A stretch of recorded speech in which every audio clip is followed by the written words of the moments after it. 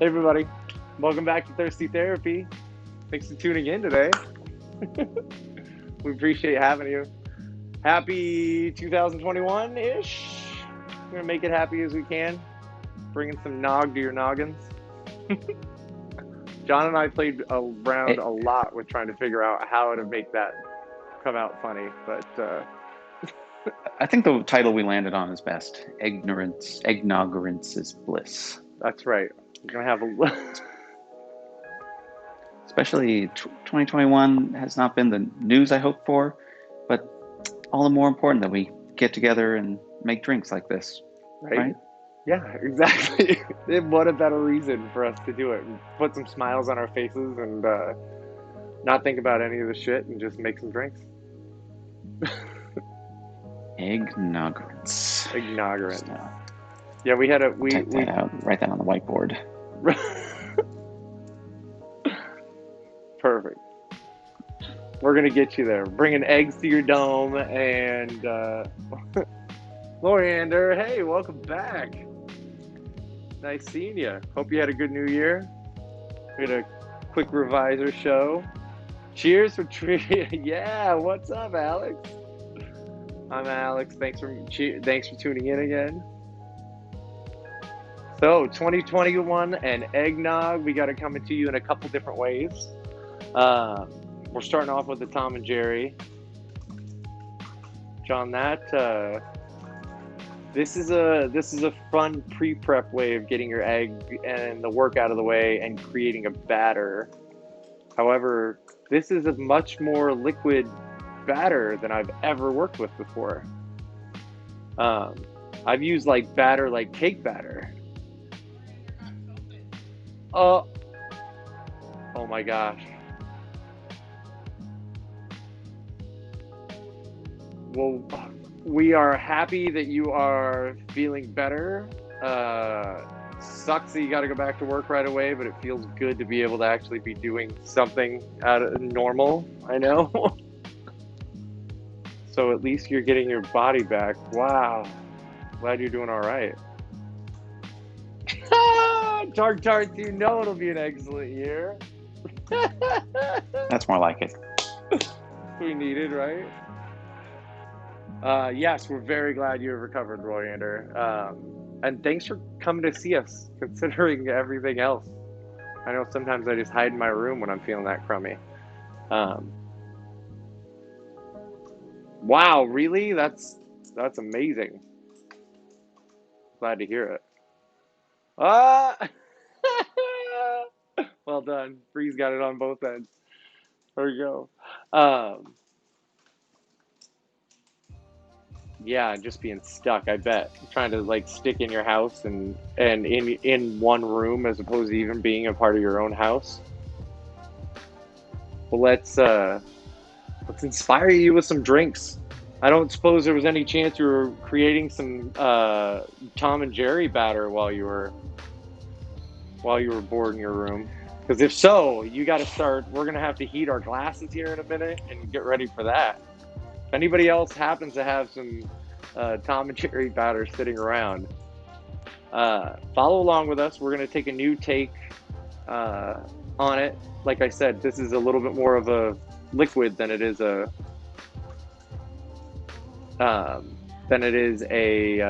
batter or a thick batter. Tom and Jerry time. Yeah.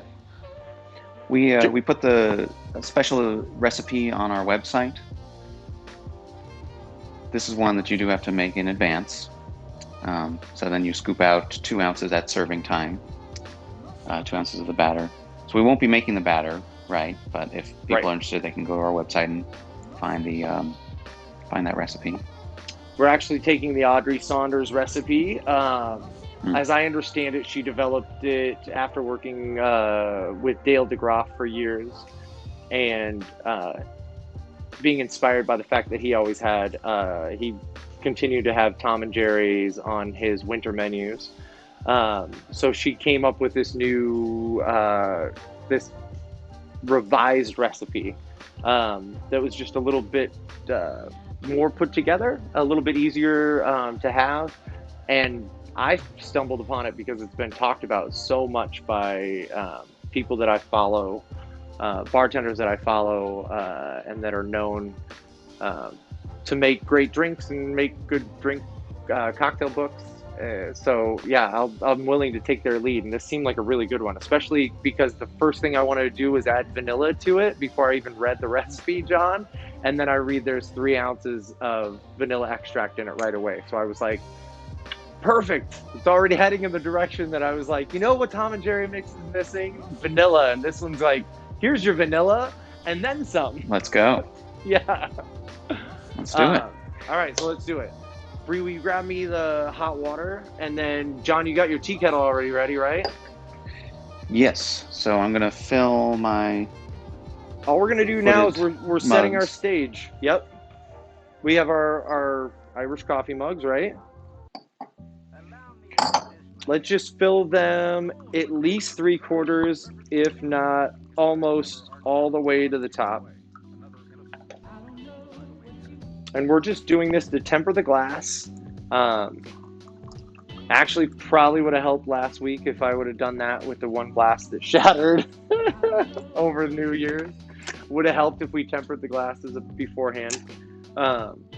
This is going to help temper the glass, but we're doing it for more than just tempering the glass. We're doing it because normally Tom and Jerry mix being that like tighter batter, and even this particular one, you want it to melt and liquefy a little bit.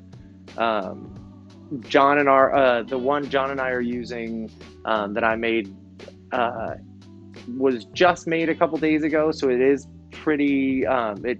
It might tighten up a little bit more. But like I said, this is a dual purpose reason why we're doing that. So we're just going to set that aside for now because we really don't need it. Here, we'll put it with our friends. We can just hang out there on the table, and then I'll put my hot water aside. There you go, love. Thank you. All right, while that's setting, and we want it to sit for at least 5 minutes.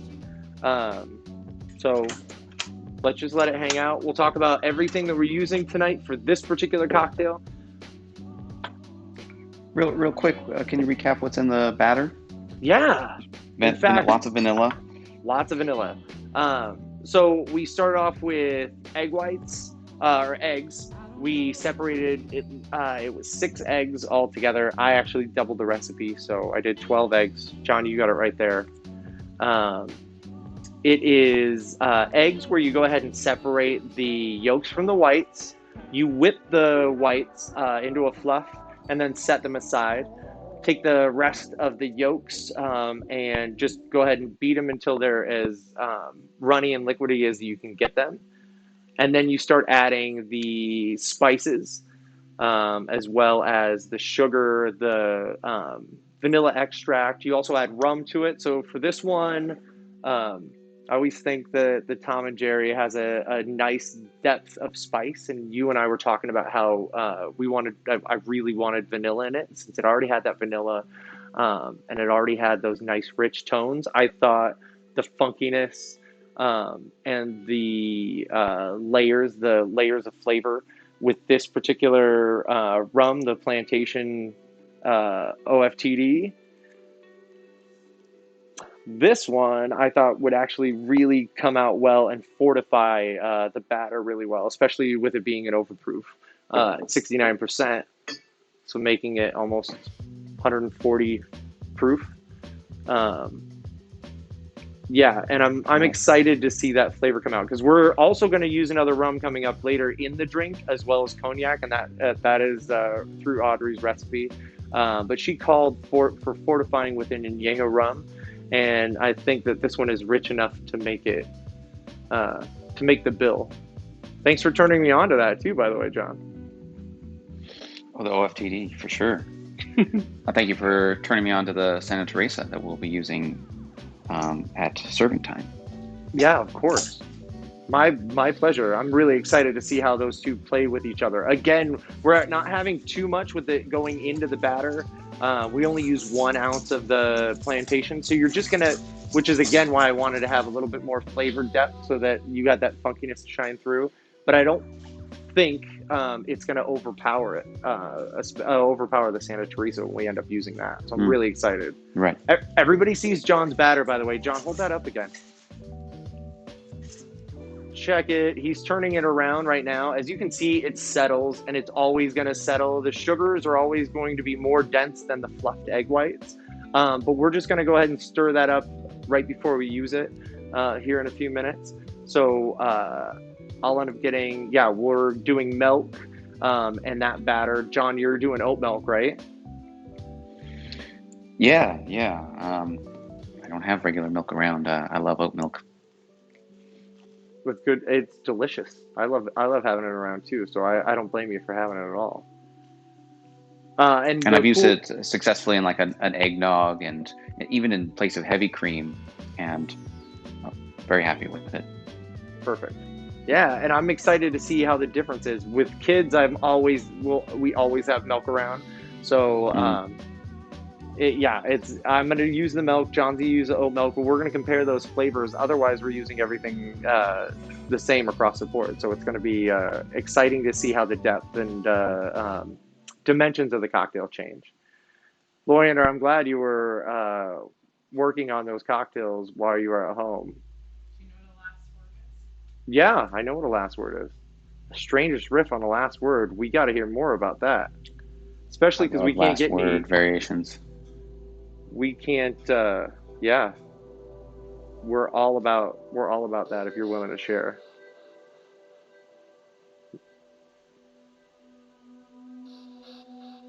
Ooh, Ancho Chili Reyes and Midori.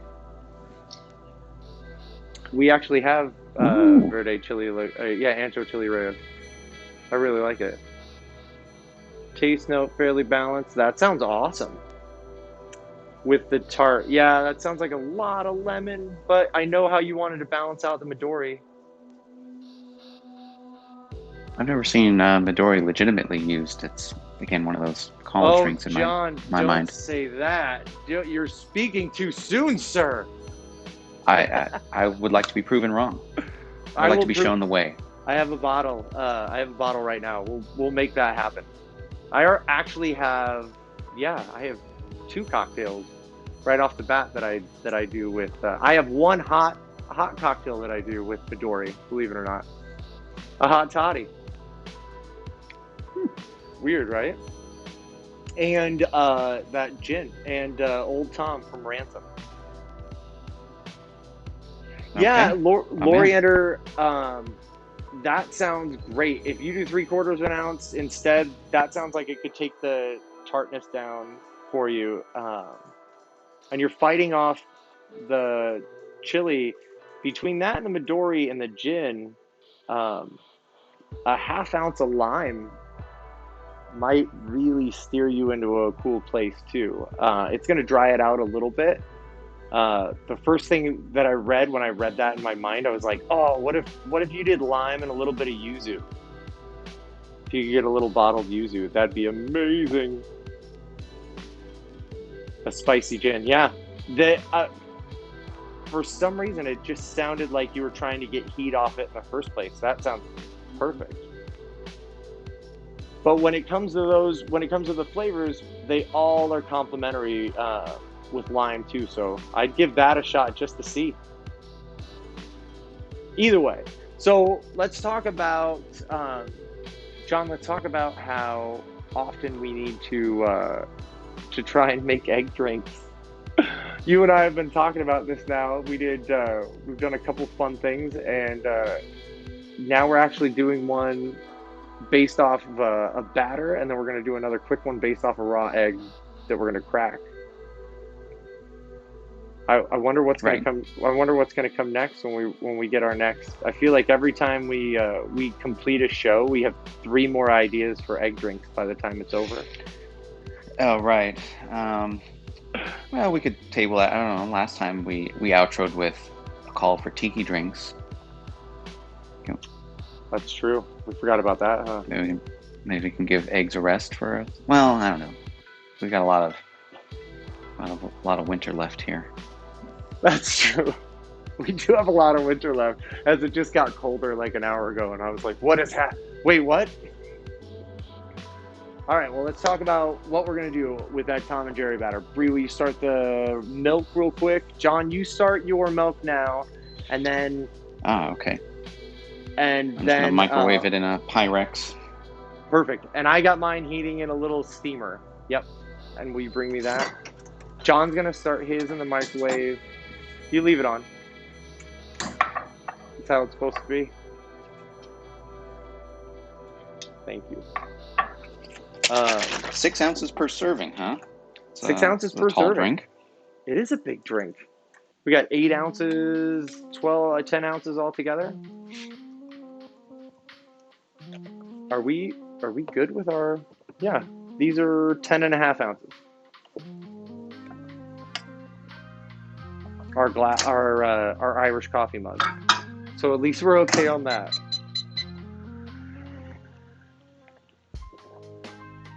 Mm. So while we're waiting for that to heat up, Bree's grabbing mine.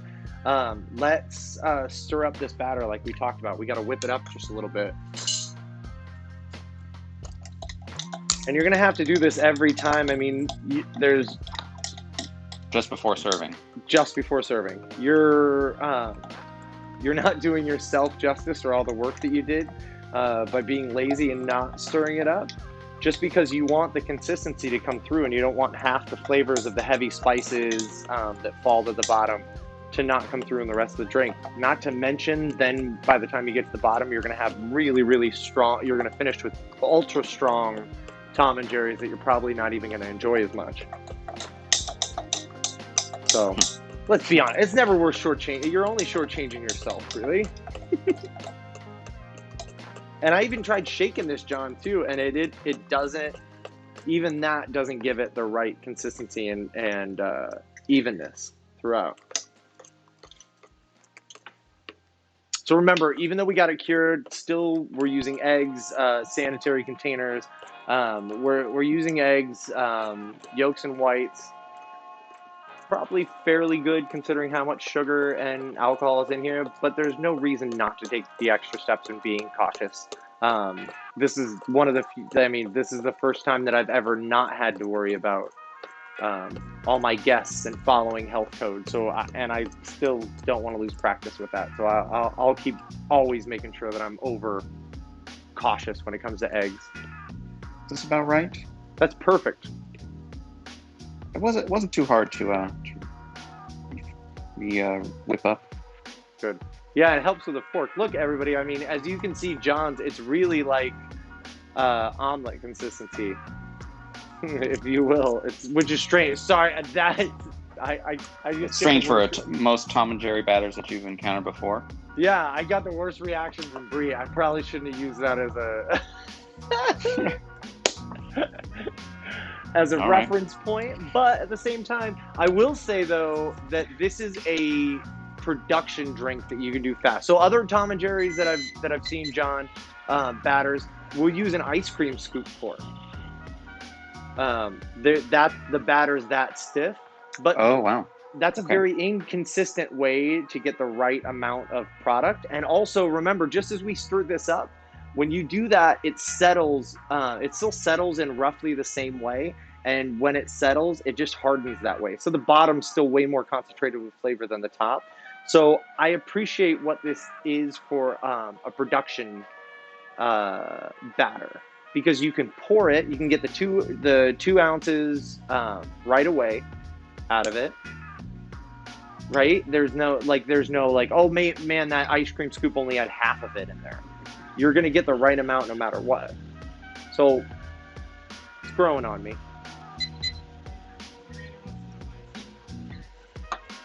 What? Loriander. John, we got Loriander asking about why it's called Tom and Jerry batter, and you and I were just talking about that. I think you need to take this one and let them know. I did my research on Wikipedia just before we clicked go live.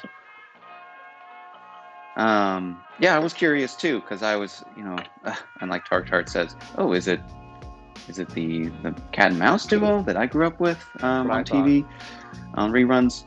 No, so it's a British journalist in the 1820s. Also, this predates Jerry Thomas, the cocktail historian. He did not invent it. So 1820s, British journalist published this recipe.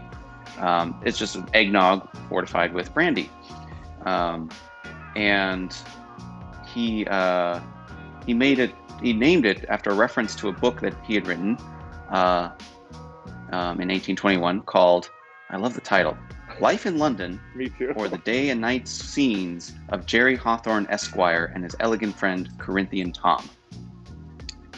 Jerry Hawthorne Esquire And Corinthian Tom and Jerry. I love it. So a lawyer and his friend, right? That was Esquire back then, wasn't it? It was a lawyer. I think so. Yeah. Go Just don't get figure. names like that anymore. No, but it's sad that I found out about that title after my kids were named, because Corinthian Tom would be 11 by now. And probably hate my guts. So I'm just kidding.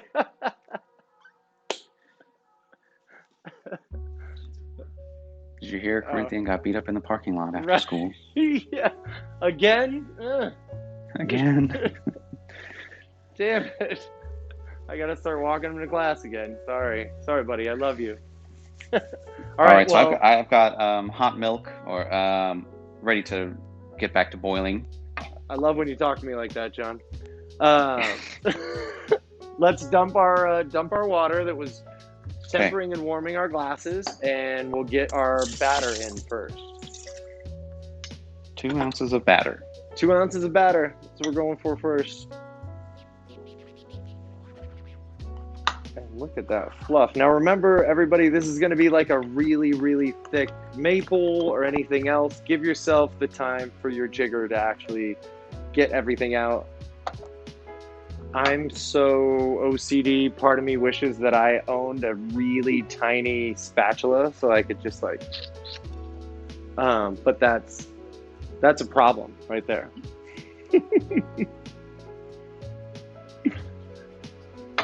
All right, so while that happens, I didn't think of this because I don't have my backup jigger. I'm going to do a quick rinse.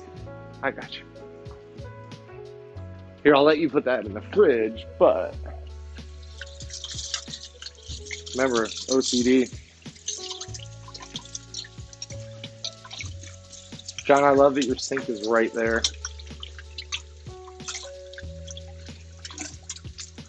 Lucky home layout. Right?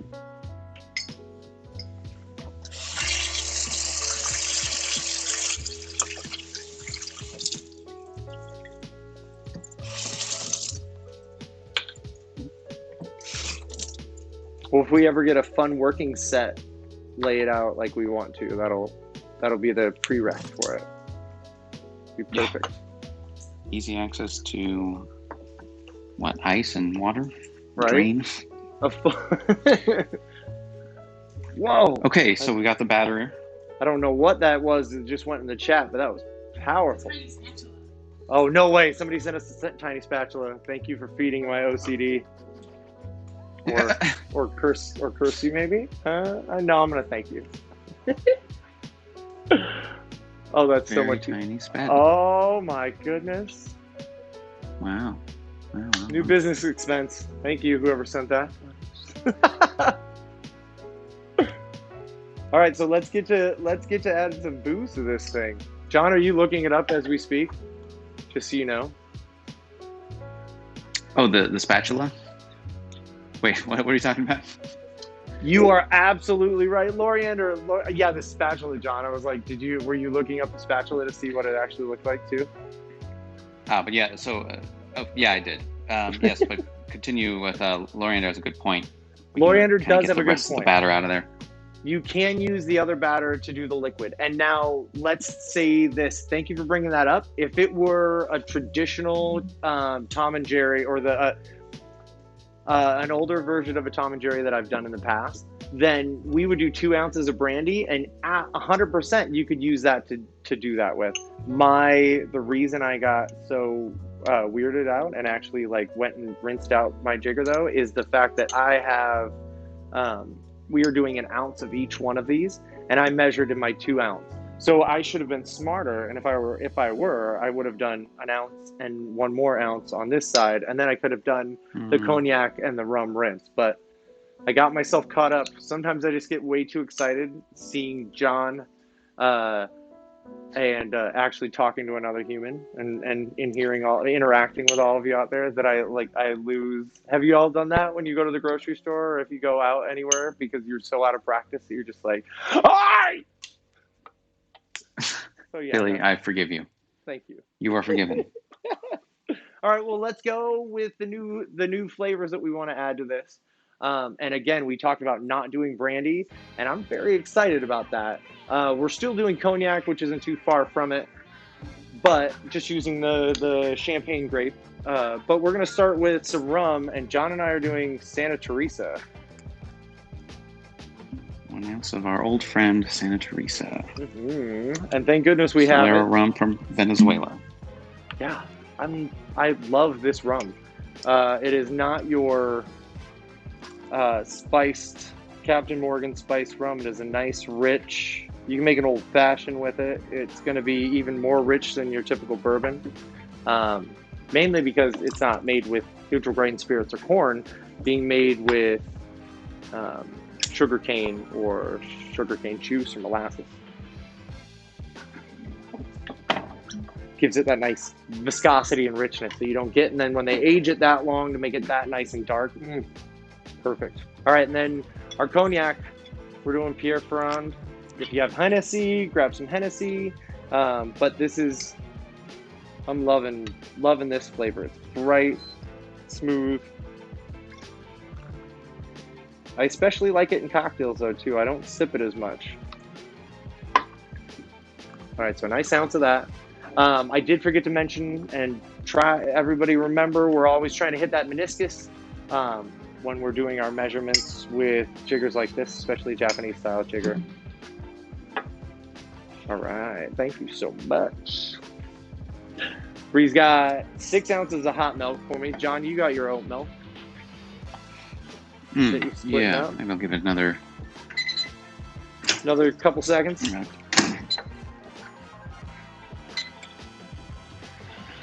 Yeah. Wow, my glass is already pretty full. Like, I don't know, are we going to be able to get, how much do we have in there so far? 4 ounces? 4 ounces. We can get 6 more ounces in there? Probably not. 6 ounces of milk in there? We'll do what we can, huh? We'll do what we can. We'll probably get it really, really close. It'll probably be a little frothy right up to the top. Before we put the milk in, though, John. Yes. Right. Thank you, I'm Alex. And you're right, Loriander. Loriander said it's very good cognac, and you are right. It is very good cognac. I was teasing my mother-in-law as I sent her home with this, with all the ingredients to follow along. That this is the most expensive Tom and Jerry that she's ever had. It's the most expensive Tom and Jerry I've ever had, especially between that Solera rum. Yeah, exactly. Especially instead of using E&J brandy for the whole thing. So, John, I'm going to take a quick second. I want you to do this before you add your oat milk, especially because you brought up a great point about how full this glass is going to be. Why don't you give your batter and everything with the alcohol just a light stir? It's not going to take much. But yeah, I saw the alcohol kind of sitting on top of the batter now, or before, and that's this whole. And while we're going to get a great reduce the volume. Exactly. And while we're going to get a great stir with the whole thing when we're adding it, especially because I was going to mention we're going to try and add it from a little bit of a height to help with that volume.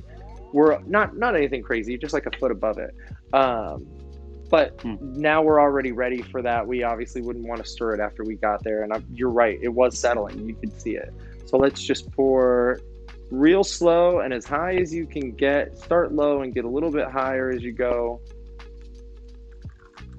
The reason we're doing that is just going to give us a little bit of frothiness right at the end.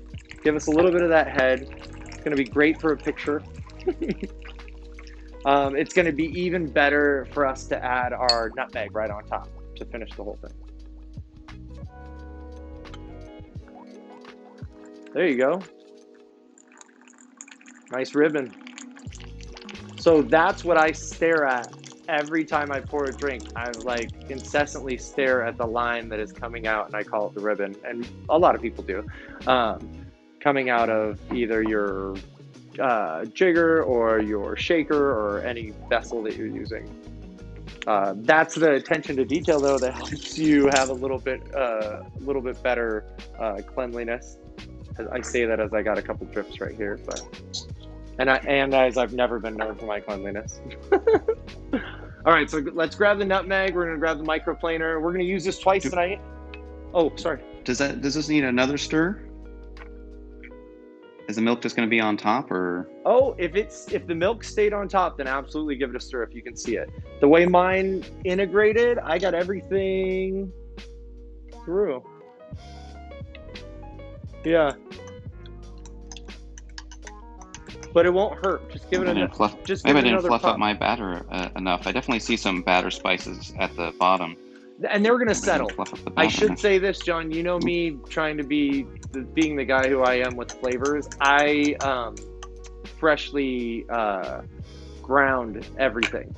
So with fresh grinding, there are some inconsistencies in sizes and stuff like that. So little pestle and mortar it. So there, and if anything settles that far to the bottom, we've already got the flavor out of it by the time that we've gotten to this point too. So any of the bigger things now, John, because I'm saying this because there's going to be some that still settles even more as you have your drink, but there's going to be a little bit right in the very bottom. You might as well leave it. It's not going to hurt anything. I always have like a little bead about the size of a dime in the bottom of my like heavily spiced drinks. All right, so we got our microplane. You got your nutmeg. You ready to go? It's party. Yes. That is a handsome microplane right there.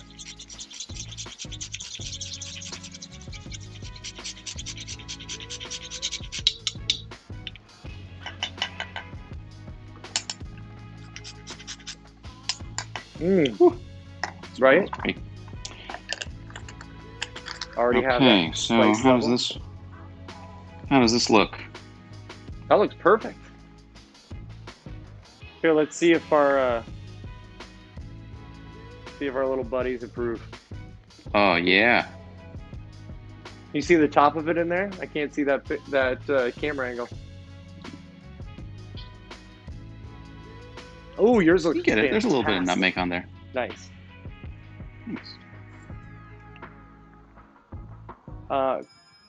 He used oat milk. So John's, everybody can see John's has a little bit of different color than mine. He used oat milk. And the extra thick stuff too. That's awesome. Yeah, so it has a little bit more of a caramely color. Yeah. Mine with the cow's milk whitened up a little bit. Which is funny. Earlier, Bree was like, wait, isn't the batter supposed to be white? The Tom and Jerry batter her dad always used to make was like super white. But I said that we're making this one with milk and not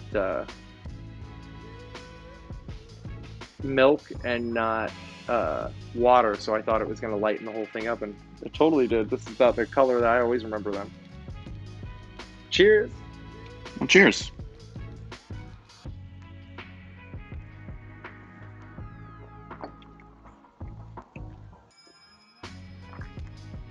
Yeah. Well done, Audrey. Thank you for sharing that recipe. That's delicious. Yeah, wow.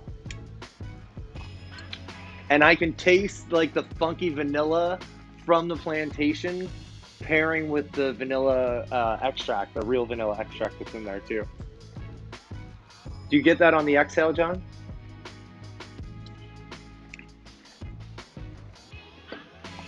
So many flavors. Hold on. Mm-hmm. There's so many. Yeah, that's awesome. Here, Bree's gonna jump through the camera. Sorry, I wasn't cheering. Yeah, get her in on this. It's the egg. It's sweet, then it's bitey, and it's smooth. All the sugar and the vanilla. And it's really less sweet than the other Jerry Thomas batter. that I've had too, which makes sense. What? Wow, that is a huge compliment. Thank you so much. Go with the flow. What's the Oh, John, what's the compliment? Go with the flow. Said, "Oh my God, it's so delicious." So my mother-in-law chiming in on that one. So it's way better than her husband's Tom and Jerry. Dang. I know, right? Yeah, I like the bite of the cognac. I really like the Solera rum, the richness that brings into the depth of the whole thing. But it is. And you know what? I remember reading a note in Audrey's recipe, John, that said that she reduced the sugar by, I believe, 2/3. And if that's the case, that would explain where our batter-like consistency, or our, the more, instead of, how can I say that? Where the more dough-like consistency would come from. I suppose that much sugar, reducing that much sugar would make things a little bit more runny than they would dried out. The cognac, Trek, the cognac is Pierre Ferrand, 1840. Somebody turned me onto it at least 5 years ago, and it's kind of been my go-to. I've used Hennessy for a couple things. I think that they are slightly different creatures. I think Hennessy is sweeter and possibly smoother for sipping, but for some reason, I really appreciate the way this comes through in cocktails, or certain cocktails a little bit more. It always changes for me. John and I talk about this all the time. That's how I would summarize it. It goes great in cocktails, mixes well, but I might prefer to sip Hennessy by itself. Yeah, that's perfectly well said. Yeah. If I'm going to have it on the rocks, Hennessy's probably going to get me there. How's everybody like it on your side? I think we got thumbs up all around from the people who've chimed in, nice. Following along. Took over the drink. She was saying, go with the flow, saying that other recipe batters took over the drink instead of harmonizing with the alcohol. So we like tasting our alcohol when we make these. I mean, that's really, we like making our mocktails as well, but when we're doing this, and why we're talking about this particular cognac as opposed to Hennessy or vice versa, is we want to taste, and we want the nuances that each one provides to complement that drink and add something new to that drink. And what good is it if it's just washed out? Might as well hide vodka in there then and not tell anybody. All right, I'm gonna hand that over. That is tasty, tasty. Man, it's dangerous, right? It's kind of like last week with a good amount of alcohol. However, we're looking at we're only at regular proof. We're only at 2 ounces basically, and I don't count the batter alcohol really, because the 1 ounce to an entire amount of batter.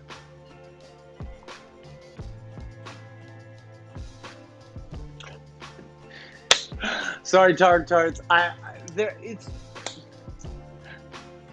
don't want to be totally brutal, but it's just more the idea that what, John? Say it.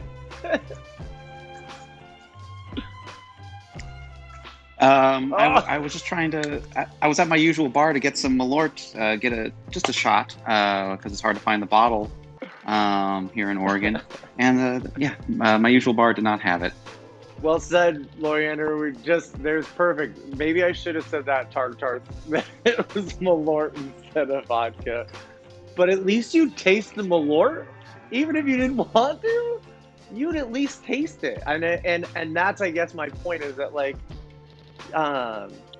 why do we find all these new flavors and 16 different types of rum or 10 different types of cognac if they don't give us different things, each one of them? They wouldn't exist otherwise if they didn't have their own unique characteristics.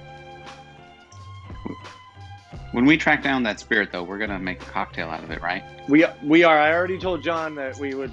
John brought it up. He was like, What if we did? What if you could make it taste good?" And I was like, "I'll take that challenge if you can find a bottle." I think there's something there. I've had it before. I think there's something there. I've just never tried it. I gotta get my taste. I gotta get my glands on it to know like what I can do with it and where I could take it. If you would be willing to send one off, that would be amazing. Shipping alcohol is such a nightmare, though. Oh, you're right, especially for us in Oregon. Yeah, we have a weird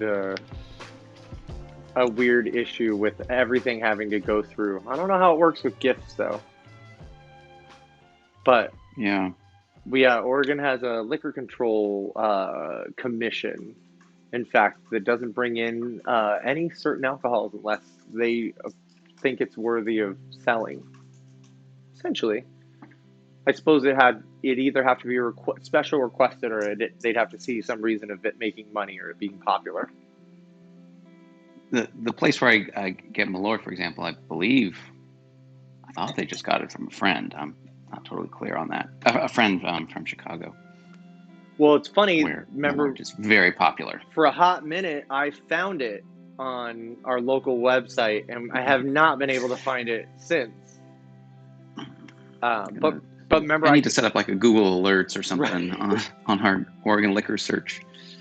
I was telling John, I go, I promise there is nothing. I couldn't make this up because I know that the price was $32.60, and that is too arbitrary of a number for me to have like. You sure you didn't dream this, Billy? Right, I would. It would have been $32.99, or if it was a dream, it would have been $900. I'd have been like, I finally found Malort, but I couldn't frickin' afford it. It was $900 for what sounds like rubbing alcohol and Band-Aids. I just with a hint of orange and Campari on the nose, on the front palate, and then just right, removing the insides of your mouth.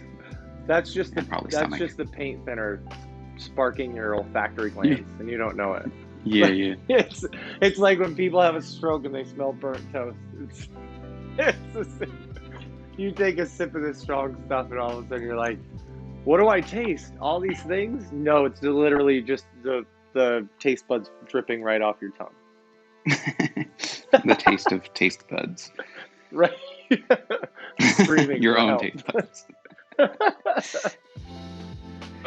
Oh, sounds pleasant. Can't wait. Well, on to something more pleasant. We have a drink. So if people didn't have the food processor to, the time to separate the eggs and all that to make the batter in this drink, right, this next drink might be a little bit more accessible. You can make an eggnog. Yeah. Just for one. John's you don't have to wait 4 weeks. Right.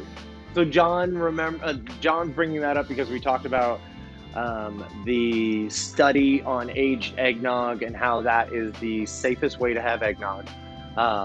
And that you have to let it. Is it 4 weeks or is it 6 weeks? Anyway, there's. I thought it was. Yeah, I don't recall. Stanford did a study on it. We also found there's somebody who did it before Stanford. I can't remember. Auburn University, I believe. I think they were the first ones to do it because it was based on a tradition in their office, and why no one ever got sick from this person's eggnog. But when they tried to do it themselves, other people did. So we know that's the safest way because there's something about any sort of germs that break down after that period of time. We have some quick ways of doing it, some better ways of assuring that you can still do it safely. Organic eggs are a great way to start with that. That's what I've used in every restaurant that I've had. You keep everything cold. So when we talk about things like E. coli, salmonella when it comes to eggs, every bit of research that I've done has said that salmonella resides actually in the shells of the eggs and not on the insides of the eggs. So it has a lot to do with how we handle those eggs. For example, I heard that, and I've had this reiterated several different times. Um, from the scientific community, I still see it in restaurants done all the time, but where people will separate egg whites and yolks using the shell. But if that shell happens to have salmonella on it, you literally just introduce that into the entire batch. Um, so we do have to worry about it whenever I do it, like I did for whenever I'm separating egg whites and yolks, like I did for the Tom and Jerry batter that I made for John and I. It's as simple as pouring that egg, cracking that egg very gently and pouring it directly into your hand.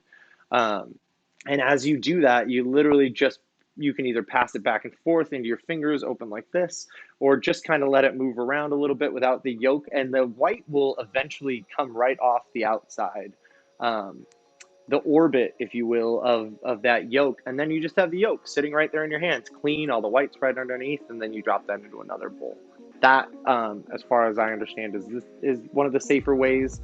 You're also keeping separate. There's some egg separators. There's a bunch of stuff out there, but when we're doing it, also with this, John and I are putting a lot more alcohol into the next cocktail that we're doing, and that's also going to help. Yeah, that's going to kill a lot of stuff. So that's going to help us fortify our drink a little bit more. Yeah, so I've done quick dogs many a time and not had any problem. Yeah, egg whites and tons of drinks, no problem. Yeah, I really have been. I like to be ultra safe and smart, and I think most restaurants that take themselves seriously either will always be safe if they're using fresh egg whites, or a lot of restaurants use pasteurized egg whites. You have 7 days once you open that carton to use it, and they whip up just a little bit less, but they're really comparable to have consistency and safety in it. But again, we're using a whole egg, so it's the easiest, freshest way to do it this way. Also, because we're not contaminating any of our other equipment other than our shaker. So if we had egg, let's say like a immersed egg, we'd have to be pouring it into our jigger. And production-wise, if John and I weren't doing this in our houses, we'd have to stop and hot wash this immediately, and then that takes you out of production for minutes that you need. So, yeah. All right, we went over the important stuff. I almost was like, so let's get started, but we don't need to do that yet. Let me get some of these things out of the way.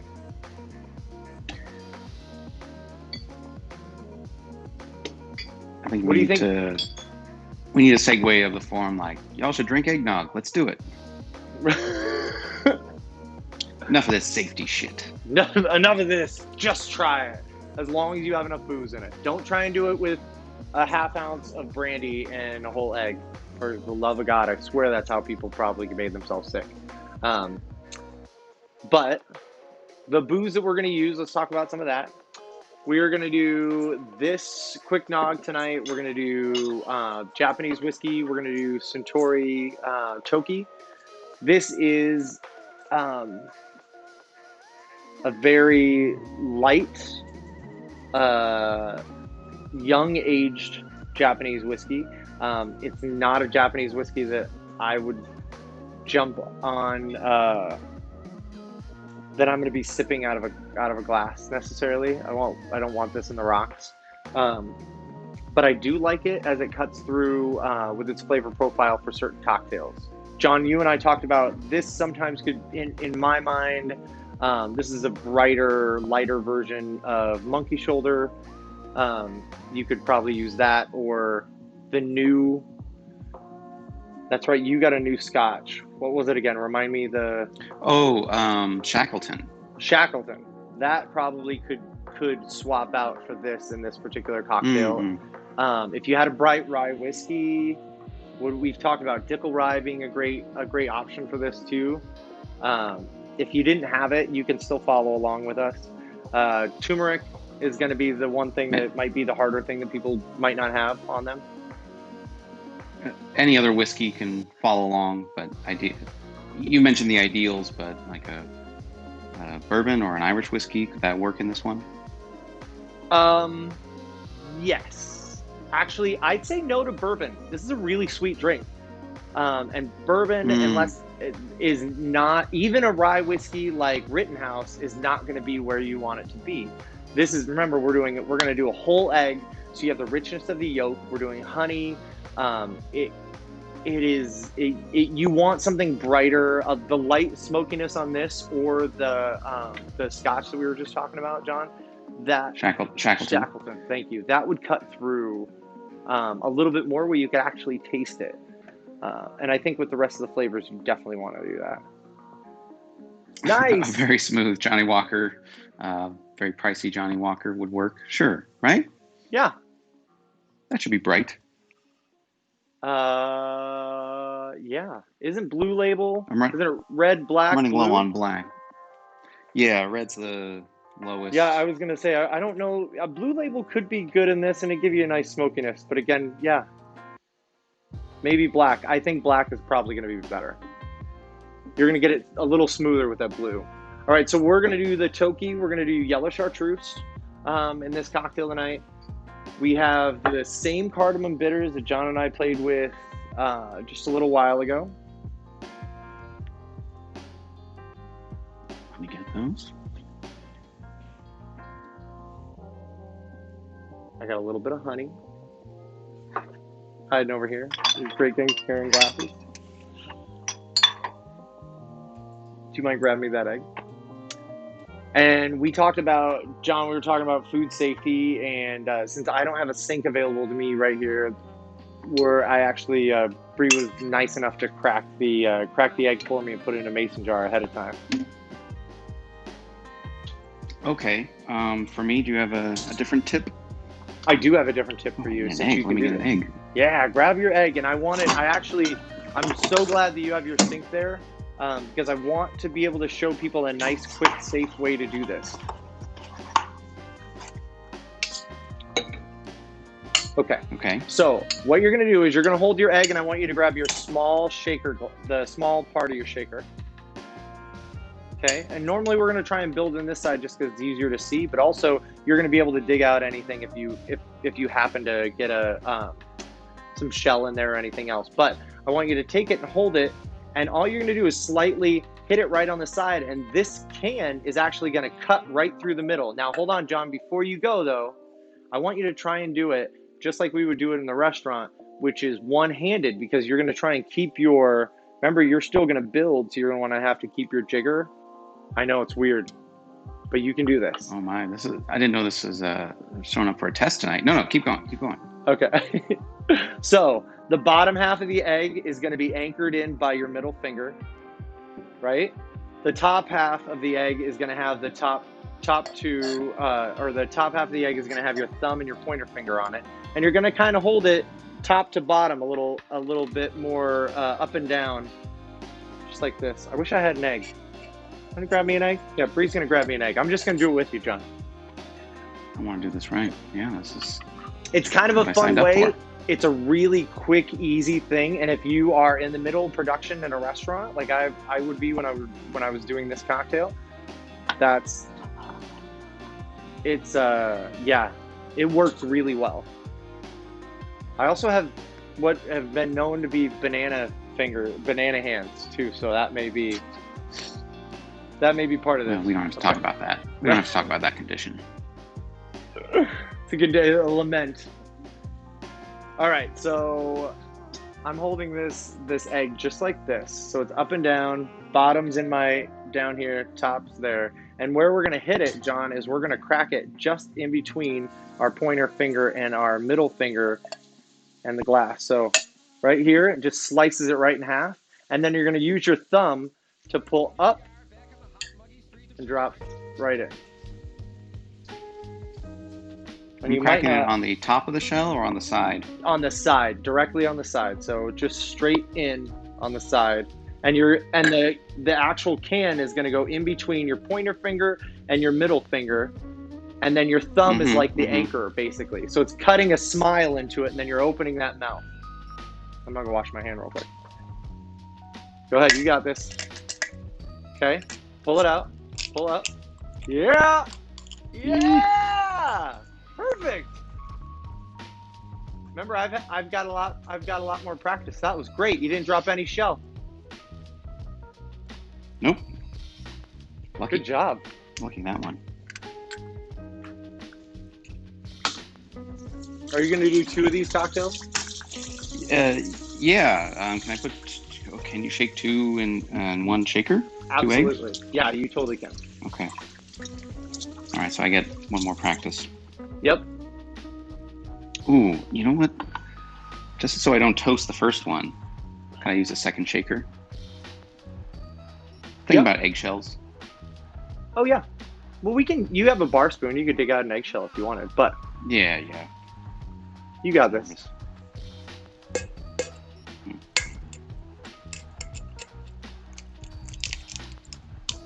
Yeah, that was smooth. Oh my gosh. I got.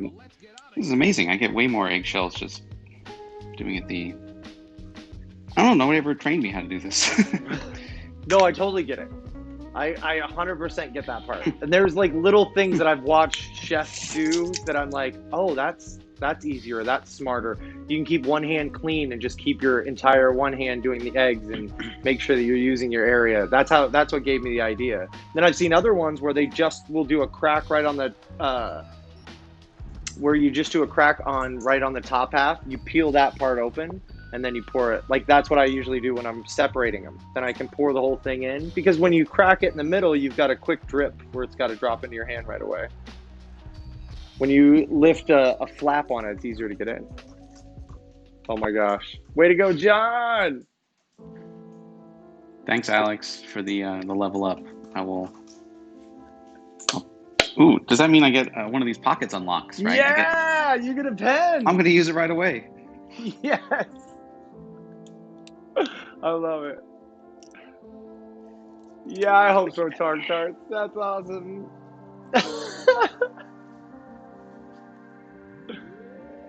So we got, well done. Congratulations, sir. You're going to fit? That's kind of, oh yeah. There we Get go. some tight pockets. Totally, freshly unlocked. Right, The exactly. level up. So, you know, it's funny too. I got so excited about the egg and I'm glad we did that. We forgot about our turmeric and we would have normally done that first, but it doesn't matter really. Okay. But I choose you turmeric.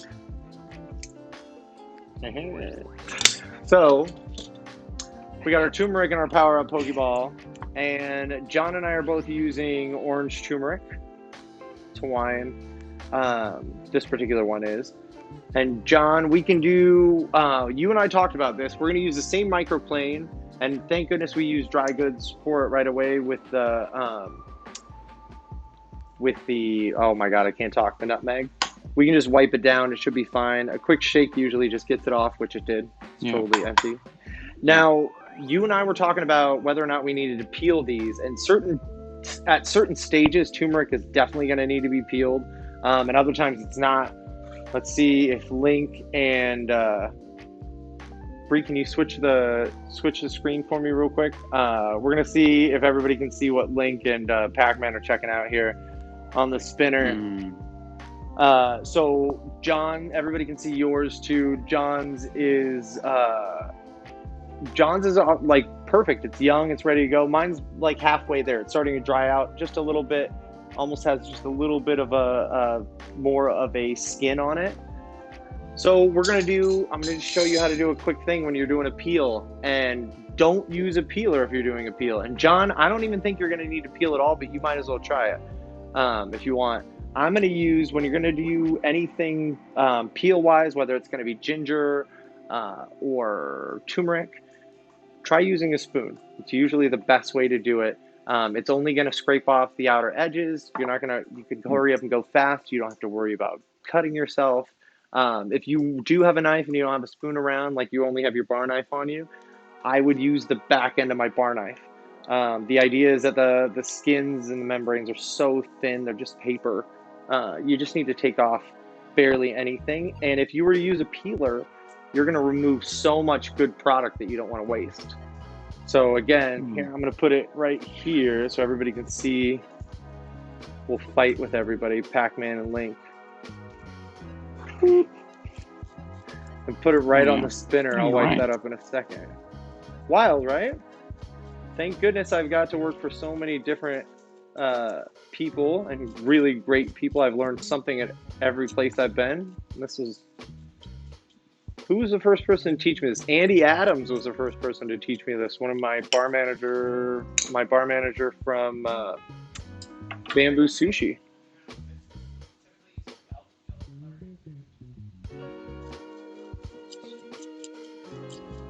There it is. White turmeric, mostly just for your yellow coloring and food. It tastes very little. I disagree with that. I really like the flavor of turmeric. I like the earthiness to it. The bite, I really like the aromatics of it. I like that trying to keep a good amount of it in my diet. I like that it's an anti-inflammatory. And having arthritis as a child, I have always try and do things that are keep my body in good shape. Um, and John, you know me for doing a couple drinks actually. And Loriander, I encourage you to practice and play with this more. You will be shocked at some cool earthy flavors that you can get out of this. What do you think, John? You pick up any notes that you want to describe? No, but I'll bet you I can pick it out on the cocktail. Mm-hmm. I know all the other ingredients we're using. You will taste it, and it's going to give a bite and a bitterness that I really, really like how it works. And licorice root, that definitely does it too. I use licorice root a lot, but not for this particular thing. And I really appreciate the color that it does put on that. The other part, John and I were actually just discussing, I have a new shrub because I like doing beet shrubs. And maybe we can talk about it on the show here coming up in the next few months. But I'm going to do a new shrub with golden beets and turmeric just because I want to do a nice golden root shrub and have those earthy flavors come through with the bite of the turmeric. But I want to extract the sugars from those beets. And adding a nice vinegar to it, like a champagne vinegar, really, really, not only does it fortify it and keep it for lasting, but it adds a nice tanginess to the whole thing. Balances out well. So let's get back to our cocktail. Sorry, John. That's a good point. Is that I asked, hey, can I use grounded turmeric? Can I just get it from the dry section at the grocery store? But you said no. It's got to be fresh. It's got to be fresh. And that makes all the difference. And Loriander, thank you for actually bringing that up. Let me tell you this part about that, too, that I actually stopped getting ground turmeric altogether because I'll either use it fresh or I buy, like, whole dehydrated turmeric from spice companies. Most turmeric out there that you buy in the store that's ground is actually... what was the word? Cut. It's cut with stuff. Let's call it like it is, like crack. It's cut with a bunch of other stuff that isn't actually turmeric. So the flavors are dumbed down, if you will. I hate what's it cut with? I don't think it's baking soda, but it's got to be something better than that. But I encourage anybody to check it out. There's a huge market for fake turmeric. Like there is a huge market for fake honey. Bree looked it up. Apparently it's lead. Pencil shaving baby powder, powdered aspirin. Yeah, all of the above, I think. Yum. Right? All the things that get you make it taste great. So, John, we got everything we need off here. Let's get to microplaning. And what we're going to do is I want you to just eyeball it. You and I are both shooting for roughly about a teaspoon width. And it's not a packed teaspoon. It's going to fluff up. But you are going to go down probably almost your entire peeled length, John. Then stop. And then I want you to actually whack your microplane into the glass because there's a lot hiding under there, John, that you don't know. So give it a pop. And look, I'm right where I need to be. And I'm going to put that right here. Can I put the secondary camera up for me? So, John, if you have too much, can you see my secondary, John? Yeah. Can you see how much turmeric? Is that too much? Or that's perfect. How much? Okay. And if you have too much, what were you going to say? Grab your bar spoon and pull out a little. Because there is too much. and it changes. The bitterness really does overpower it. Now, the other part about Wow. using fresh ground turmeric or fresh microplane turmeric and not prepping it ahead of time is that it oxidizes super fast.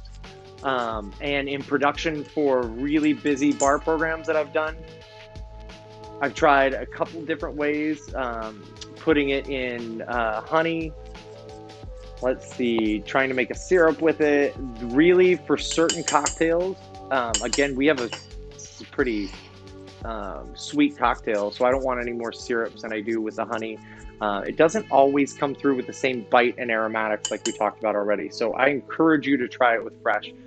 John knows, and if anybody follows us on Instagram, you'll see I have a cocktail up there from the summer that I did with Hornitos, and that's a fresh microplane turmeric cocktail with cilantro, or I'm sorry, flat leaf parsley. Um, and that another anti-inflammatory drink. I like all the flavors that actually come out with it, and you can really taste the turmeric in it. My fingers are all yellow now. Right. Okay. So if I ever do anything crazy, like if I do a lot of production with turmeric, I do gloves, because also that only because people watch our hands so much when we're in the bar, right, John? Oh yeah, right. What were you More smiling? irritation from washing your hands than more irritation from washing your hands than yeah, people wouldn't notice. But also it doesn't come off after a little while. Like this is going to be here now that it's set in. I can go wash my hands right now, and it's not necessarily going to go anywhere right away. So when you're really doing heavy stuff, yeah, throw on a pair of gloves, especially if you're going to be in production and people are going to watch your hands. I always liked it because I was able to tell people the things that I was working on. Um, but I met a couple Oh, guests yeah, it sparked conversation. But I met a couple guests that um, I realized it made me realize that some people thought that my hands weren't clean on initial. ah, okay, I see now. To me, I thought it was a cool thing. Like, yeah, I've been working on beet vinegar all day, so my fingers are pink, you know. But then they're like, "Oh, I just thought you hadn't washed your hands and made all these other drinks while I was waiting." And I'm like, "Oh God, never mind then. Let me try and keep these digits clean." All right, so now we got to get to some bitters, John, because we want that to sit in with those eggs. Cooking with, oh my gosh, Sorry, I'm Alex. I just missed that. just laughing about hallucinations. Yeah.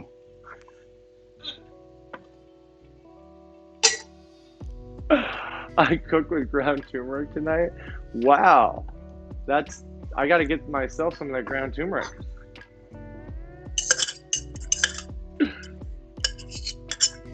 Ooh, that sounds awesome. Szechuan peppercorns, were they the green Szechuan peppercorns or were they the red Szechuan peppercorns?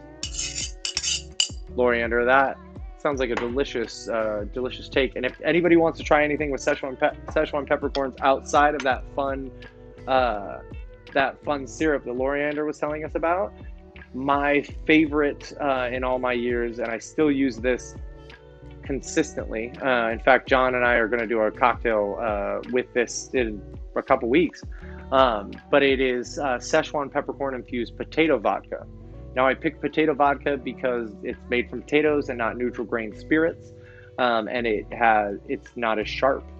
It's just a lot smoother, and you're already adding those Szechuan peppercorns, so you can actually taste those, and it's not as astringent.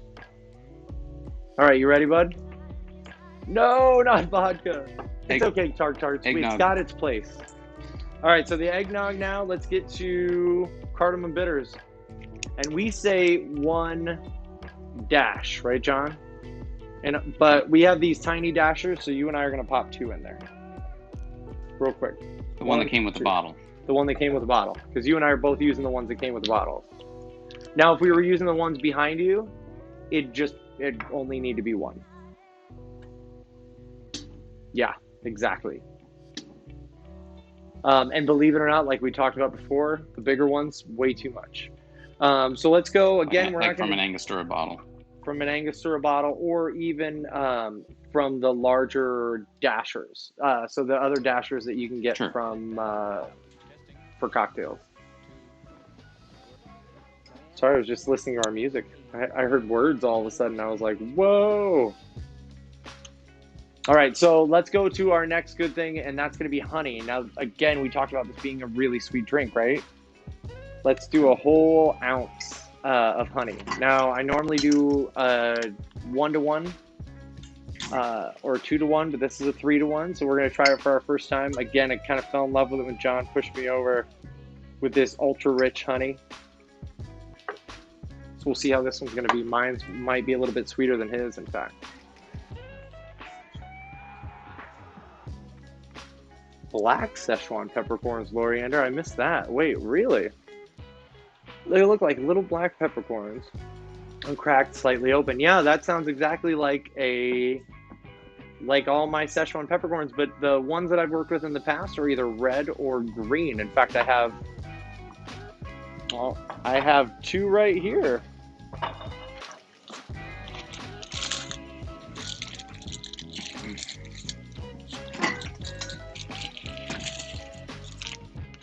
So look, I got the, and when we say red and green, we're talking really mild. I'm guessing yours were the green ones, and that's why. Red ones definitely have a red tinge to them. Green ones are a little bit browner and blacker, but yeah. Oddly enough, here's two different kinds that I like using. So, John, we got all that in. Let's start adding some booze. You ready? Yeah. All right, so yellow chartreuse next. Building backwards. We're only going to need a half ounce of this. One, it's expensive. Two, it's adding a butteriness and a nice herbaceousness that isn't overpowering. And I'll say that till the cows come home, John. I really like yellow chartreuse because for a butteriness that it lends itself to cocktails. I've used it over and over again for that particular sensation, and it works. All right, so also I want to say I had the rich honey syrup in there, which took a while to pour out of there. I rinsed it out with the yellow chartreuse. Well done, sir. Saved some of that honey. Oh yeah, that's awesome. Let's see. And I'll wash it again with this whiskey. Nice, perfect. I'm gonna flip mine over. And I'm gonna go because we're gonna go full 2 ounces, so I'm gonna do 2 ounces right in mine. It's okay, you can do 2. That's right. Fresh cracked red peppercorn and whiskey or bourbon a thing. Yeah, that's welcome, boss. That is a thing. I actually have a bourbon cocktail that uses uses parsnip juice that is fantastic with a little bit of black peppercorn in it, as well as lemon charcoal. All right, so I'm doing 2 full ounces of this Toki Japanese whiskey, and again, we're fortifying our egg. We're cooking it. Remember, John, we're gonna do 2 shakes on this one. We're gonna do a dry shake and a wet shake, just like we normally would for anything with egg whites in it. So we still want to whip it up. Okay, so we're starting with the dry shake. Start. Boop. Yeah, I cracked a new one. So, here we throw that back in there. All right, let's start with a dry shake. And this one doesn't really matter how long we do it. It's not diluting or anything. Nope, not diluting or anything, but you're still whipping it a little bit. Because remember, you have that egg white and that egg yolk. But you are, so John, it does a little bit because you're still cooking, you're still immersing, you're being an immersion blender, essentially, immersing all the things and getting an even amount of alcohol around all the egg, too. So just another second longer. And you can hear the consistency change. If I got 2 eggs, do I have to do it more? Yes. Did you double up? I wasn't sure if you separated or not. No, it's all 2 drinks, 1 shaker. Not too much more. I'd say another 10 seconds and you're done.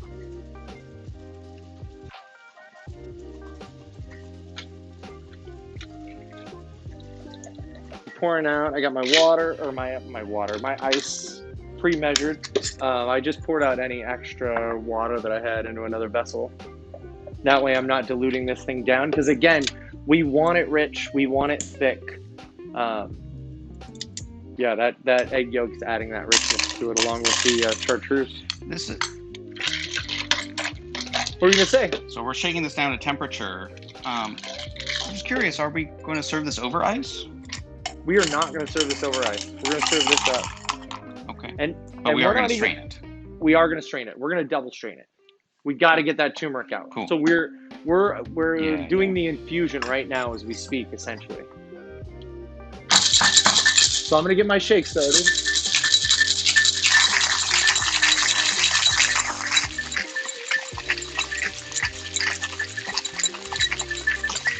That should be it. Actually, yours will need another second longer, John, because you got it doubled again. So what, about 12 seconds total?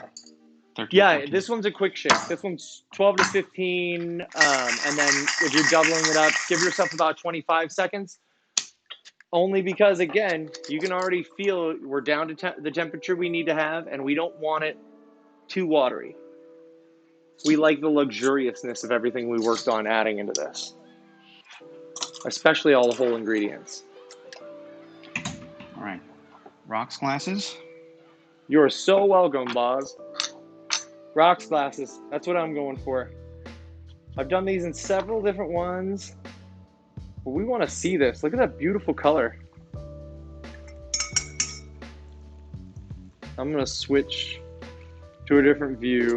One way I have garnished this in the past is a one single cardamom pod, which I think is pretty beautiful.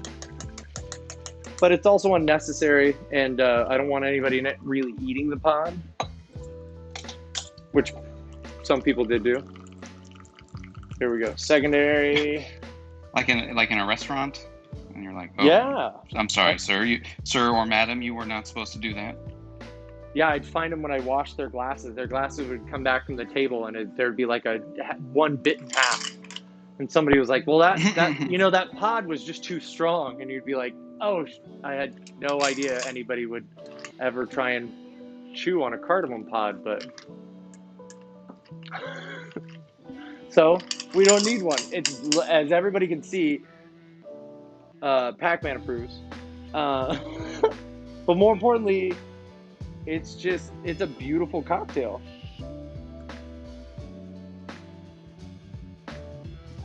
And one of my favorite parts about it is, John, it looks really mild. It could be like a orange juice or an orange Julius or something like that. But the flavors that are going to come through, completely different than anything you're expecting when you see it in the glass.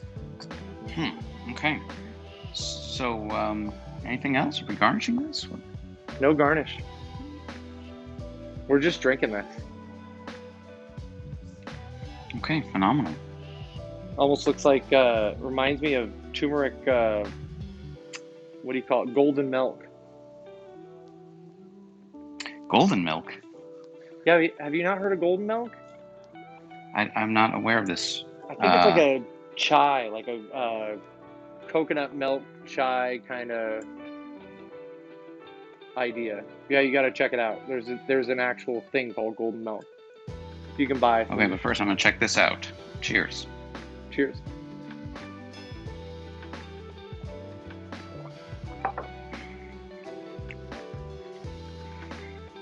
I love that reaction. You weren't expecting that, were you? No. I was thinking my usual eggnog recipe. Ooh, look at that turmeric. So I encourage everybody to just get out and start grating some fresh grated, some microplaning some fresh turmeric into some spirits. I've never thought, eggnog is hearty, of course, during the winter months, but I've never felt, I feel better. Maybe with all that talk about the anti-inflammatory. Maybe it's whatever the effect was that made one of our guests hallucinate while they were, was it Alex? Hallucinate. While he was these are the hallucinogenic turmerics. Maybe it's the same, but I feel better the more turmeric I eat.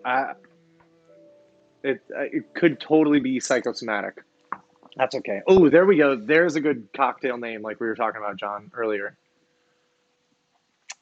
Psychosomatic. I gotta make one of those. Oh yeah, Right? yeah. Um, could I get a yeah? Could I get two psychosomatics up and then one on the rocks Right. What if side that was? Ooh, with a sorry. sidecar of Rainier? Right. What if that was a mocktail? Could that be psychosomatic because you think you're drinking Oh, alcohol, but you're not? Is that like placebo effect? Ooh, never mind. Yeah, we'd have to call that one placebo Well, effect. no, they could both be. I think they could be two mocktails on your menu. Yeah. No. No, wait, who's wondering about the hallucination? What? Oh, okay, perfect, Alex. But it was a great segue into what we wanted to talk about anyway. So, thank you for Alex, you shouldn't have said that, Alex. right. Shame on you, ruining the comedy. Yeah, we should have just kept that going. We'd have been microdosing mushrooms next. Yeah, the turmeric vision quest. You just got to give it a shot. Literally, you'll any sorts of things that you see at your grocery store, if you're lucky enough to have them have exotic ingredients, fresh ginger root, turmeric root. There's something called galangal that's out there that's used in Southeast Asian cooking. I really appreciate it, but for specific things, I love it with raspberries. Sorry, I gotta hand it over. I love it with raspberries and vanilla. I think that the astringency plays well off those two flavors. I gotta hand this over to Bree. She's feeling dried out. Mm. I really appreciate that. So again, this is gonna be the thinnest idea of a nog that you're gonna have, but it's rich. I don't feel bogged down by it either, like I would when I had like adding brandy to a heavier, thicker nog. Um, and again, that turmeric, John, please for our audience, let them know if I'm talking craziness. But that turmeric, the bite of the fresh turmeric really punches through. Yeah, yeah, absolutely. Like I said, I can taste all the other component parts. I've had chartreuse, honey syrup, whiskey a ton of times, eggnog. That is an awesome twist on it. Thanks, man. I really like how it goes well with the cardamom too. Oh yeah. That does not hurt either. Mm-mm. Yeah. You do play well. Loriander black garlic, you're awesome. I've already done some black garlic infusions with bourbon. I encourage you to do so and make yourself a tincture.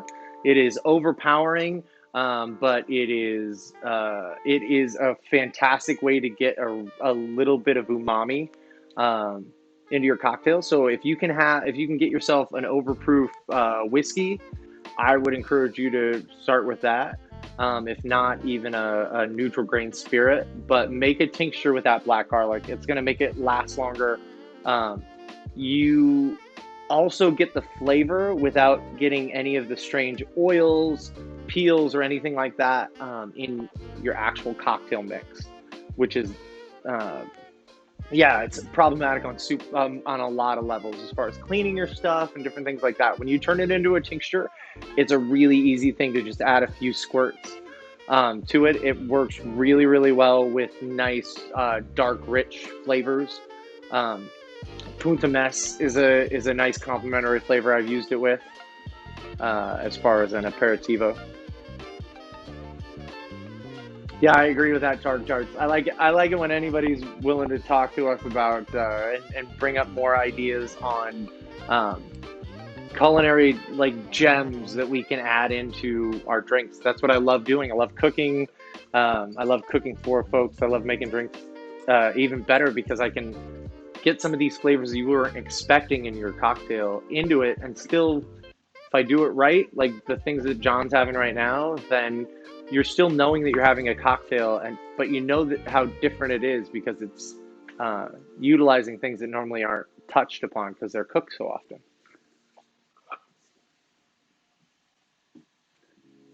Yeah. Speaking of, is that where we should direct the conversation?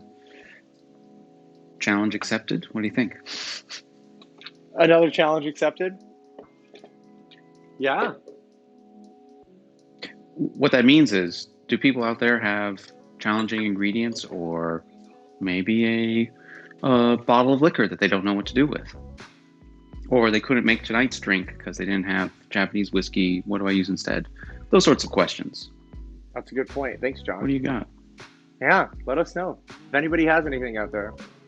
Just did a cocktail with olive oil. It's very strange. It was the best seller at one of our Danish bars and had to try it.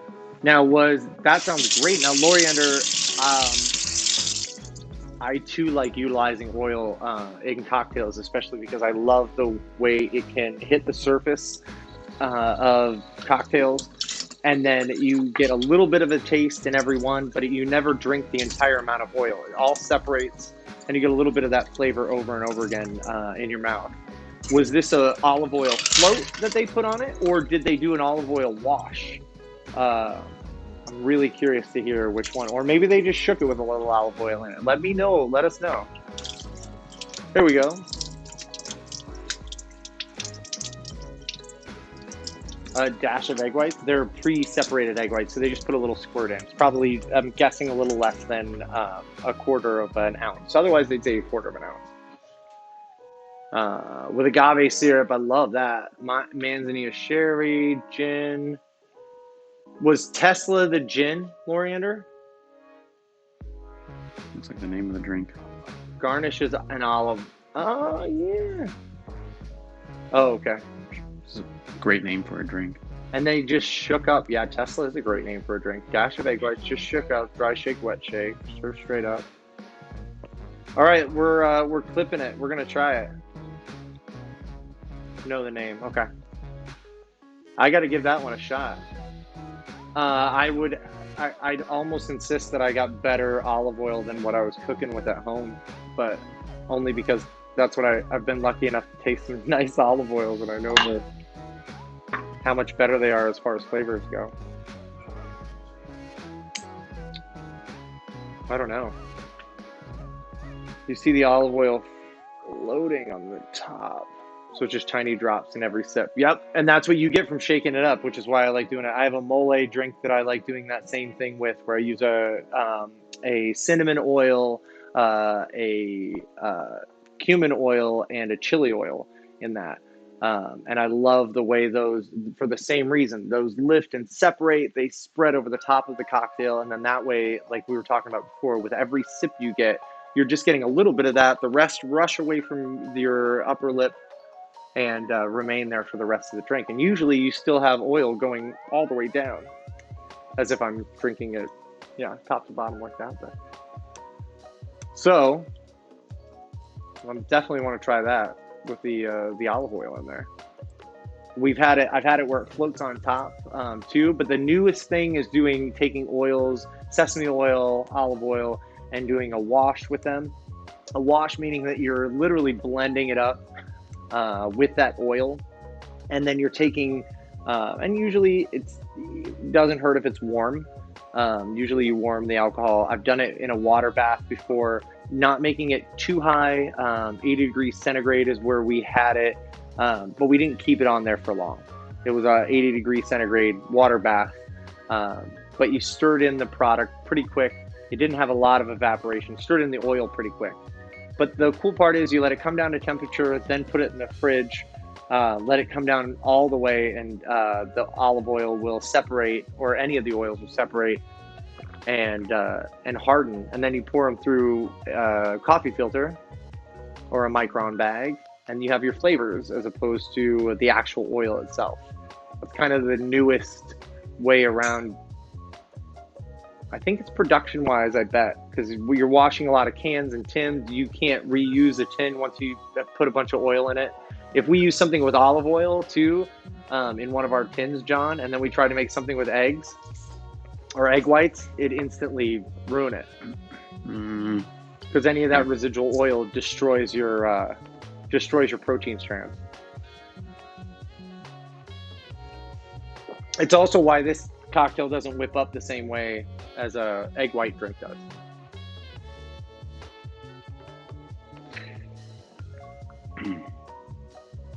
Ooh, let's see here. I don't know which gin they used. I use Roku. Yeah, I like Roku. I actually had a cocktail with Haku and Roku mixed. I really like the new line that they did. If you haven't got a chance to try Nika's coffee gin as well, it's got a nice copperiness that comes through as well as a citrusiness. And the Manzanilla sherry, Pinot sherry, yeah, I'm with you on that. The Pinot sherry though is so much sweeter.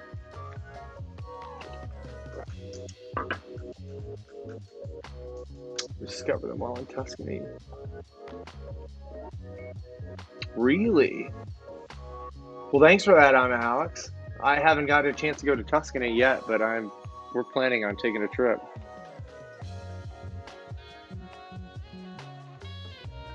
Wow. I do. All right.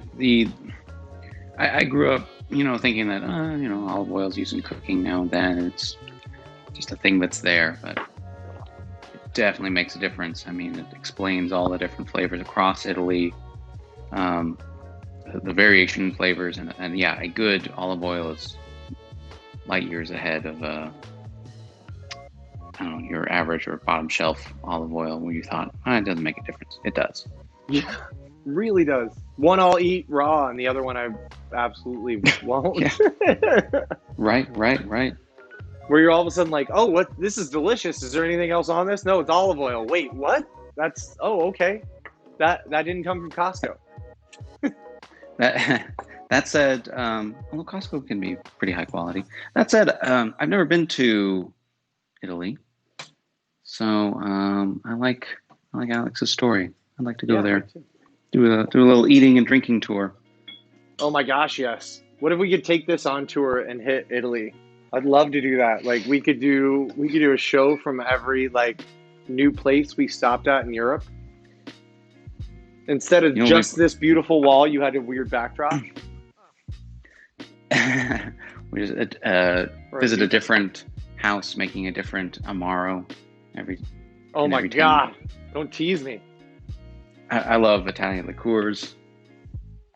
There's 3 right there. I also heard something that we use Amaro as an ingredient in a lot of our cocktails here. I heard that this is a totally American phenomenon. In Italy, they just drink it. I believe that. Vermouths and Amaros are way drank by themselves so much more often, I think, than. Yeah, and I mean, people here will drink it by themselves. Well, I will drink it by themselves too. But I get the appeal of drinking sweet vermouth straight if it's a really good sweet vermouth. Mm-hmm. I don't think that's really caught on that much, but I get that. Right. However, I think they don't get that. What? You can mix this in a cocktail like a Negroni? No. What? It's funny you said that, John, because I thought I was teasing Brie. I was like, what if we moved to Italy and I could do all these things with like this and that? And they, like you said, we had all these options. And in the back of my mind then, as I was creating a story in my head of how great it could be, I couldn't help but think, and those of you that have been out there, let us know. And if you've been to mainly tourist spots, you might not actually have a better idea of it. But I wonder if, because some things are held in such strict tradition, if you're allowed to actually, or not allowed, everybody's allowed to do, but if it is received, if there's a good reception for people going outside the grain, like if I were I to get to Italy and be a laughing stock for trying to do combine the flavors that I try and combine, and everybody's like, no, we just want Campari and like we just do Negronis and Aperol spritzes. I can't see that as being true, but I wonder. You hear about people being tied into tradition so much that that's why they break out and try and go to other places. Mm. Can you relate? Does that make sense?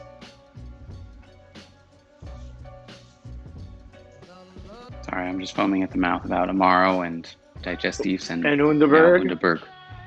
and it's a Sorry. great digestif. I have to tell everybody there are ways of you combining amaros and different things that create your own fun little digestifs. In fact, for a while, Bree and I were doing, let's see, amaro chiacharo with Bekarovka and a little bit of, what was the last thing? Bekarovka and a little bit of bourbon or a little bit of rye whiskey. More Mm. Amaro, it was like half ounce Amaro Chiacharo, a full ounce of Bekarovka, and 3/4 of an ounce of a bright, heavy whiskey. And it's its own little, only because I didn't have Underberg and I didn't want to run to the store.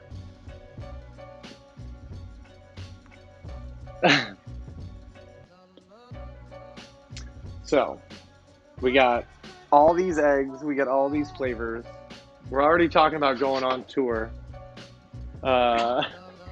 Loriander, if you know any places that we could do a pop-up bar in, let us know. We're open. We need that European connection. Right? We want to travel the world once we're done with this lockdown and get to as many places as we can before the next one. Just kidding. Just kidding. Hopefully, we got a good 5 years of traveling before we have any other. Oh! Oh my! Yeah, send us a pic of that, Loriander. Oh, I'm not gonna. Obviously, we won't do that, but hell, man, just send us a picture of those 250 bottles. I want to see what I don't know. I'm all about yeah, trying to I learn about work. new things. I took a class from a bartender here in Portland. It was a great experience. Um, Her thing was you send her a photo of your collection, what you got in your cupboards at home, and she personalizes a class to what you can make with those bottles. Plus, go to the store, get a lime or something. A very good experience. I don't think she was expecting 250 bottles though. That No, might cost extra. like 9 sessions extra. We're gonna have to split this into 9 classes. As long as you're prepared for that, Sarah, then we can do this. It's like I have a 200 kinds of bourbon. Okay, that we could do an old fashioned. Right, right. We have that. We could cover that. Go to the store, get some sugar.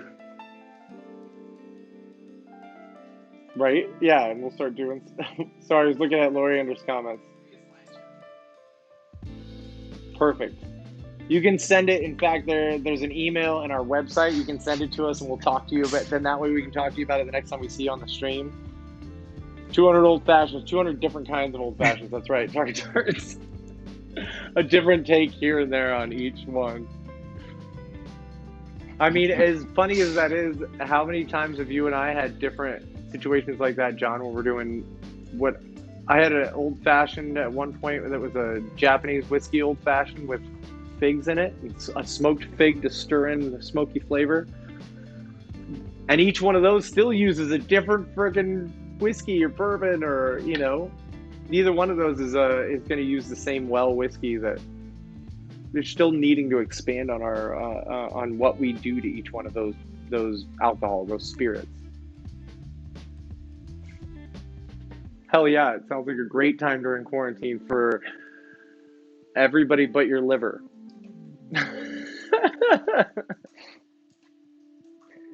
Speaking of, we've got the next couple episodes they planned out. We do. The next one we're talking about spicy drinks. You've got a spicy hot drink, spicy cold drink, maybe using a spicy syrup, right? At least in one of them. Yeah, we're going to do a. Sorry, go ahead. What were you going to say? And then after that, we can talk about that. But to tie it back to the liver, is the episode after that, we're going to do some non-alcoholic cocktails. We are. We're going to do some NA cocktails for you out there. And thanks for bringing it up, John, because we want to make sure, as we all always keep repeating to everybody, you are worthy of good drinks. And we want to make sure, just like we talked about on New Year's, that you know you are worthy of good drinks, even if they don't have alcohol in them. These are going to be great elevated cocktails still, even without any alcohol in them. One's not going to have anything in it at all that is anything sort of it. And I think we might have one with a NA spirit, a non-alcoholic spirit that they have. They have different ones. We have some coming out of Australia. There's some coming from England. And here in the US, I'm hoping to work with a distillery in the next year to try and work on some that I've been working on. Because I think we can get some cool flavor profiles without to complement these. Wait a second. A distillery would collaborate with you on non-alcoholic? I'm hoping. If not, I'm going to buy myself a little copper still and start making it on my own. But I'm hoping you're going to distill non-alcoholic spirit. Yeah. Because I've had so much fun and good luck with the non-alcoholic vermouths that I've been trying to develop over the last few months for some of these cocktail classes that I'm putting on for some corporate events and team building, that I want to keep pushing that. I want to push it for myself. I want to push it for other people.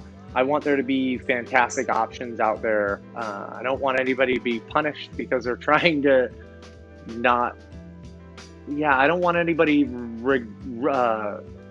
sticking with a soda or a soda with bitters, or just some sort of, I don't know, Italian soda or flavored drink, because they can't have something like the complexity of the cocktails that we're making with the alcohol that we're making.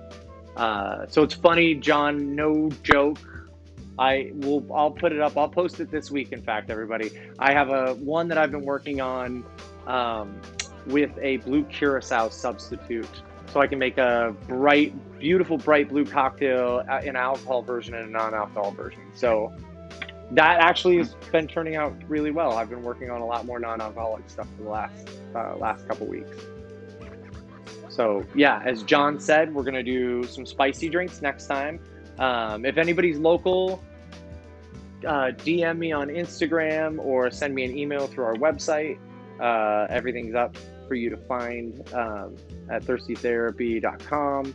And let us know if you're local and you want to be a part of what we're doing. And we'll let you know the prices for our kits, because I will have kits. You provide your own alcohol. I provide you with everything else that you need. But then that way you can follow along with us. We're going to do a spice syrup that we can utilize in both of our drinks. We might do 3. I'm still on the fence, John. We might squeeze 3 in. 2 of them are a little more similar, but I wanted to give options for them. But I got to do a little R&D this week to tie it down. But we have the ideas of what we need up on the website for you already. I'm always doing last minute tweaking. Right. John knows this. He's very patient with me. Billy the Alchemist. Right. Always trying to make sure. Well, and we don't want to send you off. We appreciate everybody tuning in and hanging out with John and I, and Bree and I. Like, we love that we're able to get together, and it's even cooler that all of you are willing to come in and hang out with us and chat and just be here. So if that's the case, I'm not going to send you off with specs with a list of things that you need if they're gross. We're always going to make sure that we at least like the drinks that we're going to tell you about. Sometimes we get them from other people. Sometimes we make their riff that I've created for us. But we're always going to make sure it's tasty before we send you off, or before we even send anybody out with a kit. I'll always double and triple check it. So some of you know that. I'm last minuting it right to you at the last second, but it's going to be right when you get it. good reason to Maybe quit in that Portland. will, yeah, the insane alcohol tax. I'm hoping to be able to do that. Thanks for coming in, Alex. It was great seeing you and everybody else. You're right, and we really appreciate all our regulars. It's starting to feel like like our same old bar. Yeah. Right, John? What I miss. That's what we're trying to create. Right? Something pretty close. Still not the same thing, but it's every day everybody's willing to show up. It gets a little bit better, and it gets a little bit closer where we were at. We can make this work. We'll try and have some of you able to call in. We could put you up on different screens. I have visions. I have ideas. Whole bar layout. What do you think, John? Do you think that'd be Oh fun? yeah, Some of our I regulars. I I, I like it. The reaction shots of my drink. What if you could get, well, several people reacting at once, different tasting notes. You always got to taste with multiple people. You can't just take my word or Billy's word for these things. We want to get more people in. Yeah, he's right. We'll That drink was the weird experience stuff. at the bar, right? Is, Hmm. hey, what are they having over there? Right. Ooh, no, this is too bitter, or this has too much orange juice, or whatever, right? And we fix it. We work together to work to people's preferences.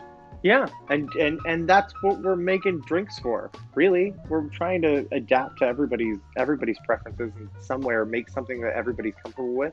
Can't always do it, but the idea that you can take feedback from everybody and kind of get something to a place that lots of people can. It's approachable for a lot of people as opposed to just a bartender who's willing to drink Malort. Um, then you can we get a lot to work with. I'm I would also really like to be able to say, hey, we have a caller on line one. Yeah. Do you think that should be for like our regulars that are like signed Oh, it up would be with for a regulars only. We can't just take yeah, random calls now. right, exactly. We'd have to The do a internet random video? No. yeah. But if maybe we could put up a membership or something like that, and everybody that was a member with that could call in during our shows, and then we could make sure that they were vetted a little bit beforehand. We'll still keep Bree's hand on a big red button just in case we got to stop anything from going too crazy. I forgot we should have put our goodies up here. Well, what do you think, John? Feel good about tonight? Yes. Yes. Just top it off with some sparkling tea, like Loriander says, as a substitute for champagne. Ooh, yeah, and let's get some hypnosis on that turntable. Oh, right. Thank you for sending us that about sparkling tea. I didn't know that there was a non-alcoholic sparkling tea, and that will be a fantastic addition. If they ship out of Denmark. My new screensaver. We're going to look it up. Sorry, we're This talking right about two here. different things. Yeah, the sparkling tea, yes. Sorry, to close the loop on that. I'm for that. But yes, this turntable is my new screensaver. Thanks again. Let's see. He's not even here tonight, though. They are not here tonight. That. Yeah. We thank Kinderlift for that. Really? I missed. Thank you, Kinderlift. Remaining Kinderlift. conspicuously quiet. Conspicuously quiet. The mystery of Kinderlift. Right. It already won awards. What? Bree's already got it up. We're gonna check it out and see if I can get my hands on some of that. Let us know anything that you come up with. If you're finding cool new ingredients, please let us know. I'm all about trying to learn about how much more there is out there to offer than what I already don't know. It's my favorite thing about every new decade that comes. Every time I think I don't. Every time I think I've mastered one thing, I realize I don't know shit about it in another few years, and there's so much more to learn. And isn't that really a better way of continuing this existence that we have, is learning a little bit more every time? So let us know. We're not above learning from you. We hope that we are bringing some great things to you as well. But please, yeah, if you have any more characters that we should be getting, let us know. We'll figure out a way you can send us some. I'm sure there's some cool things out there that people want to see hanging out on our turntable. Some game themed friends.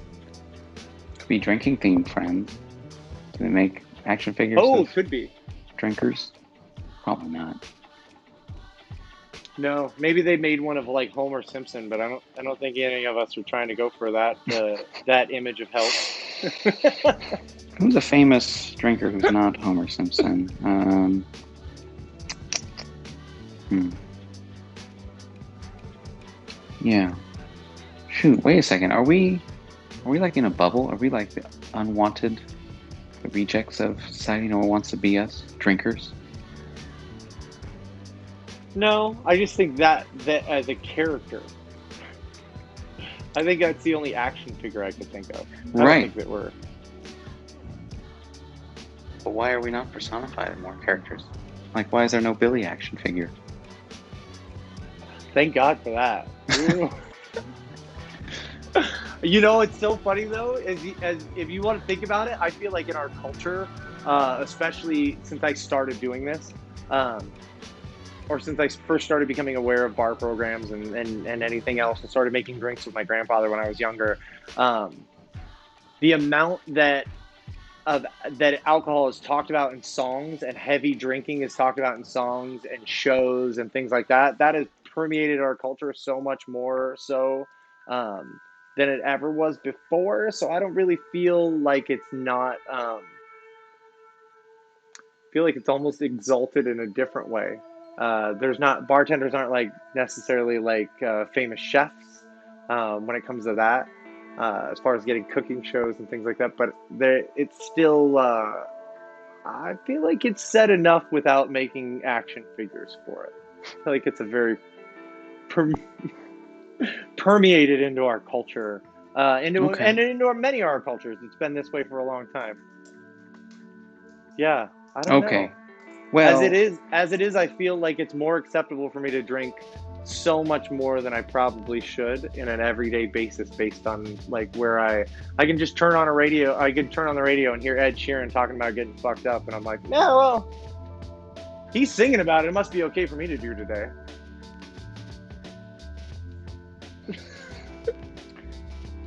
I don't know. Yeah, I guess. Okay, so we could get better representation. But in the meantime, all I meant to say was I appreciate you, Billy. Oh, I'm a shit. I'm sorry, John. I didn't mean to take away from that fantastic nicety and just poop all over it. No, no, no. You convinced me. That's what I was trying to say.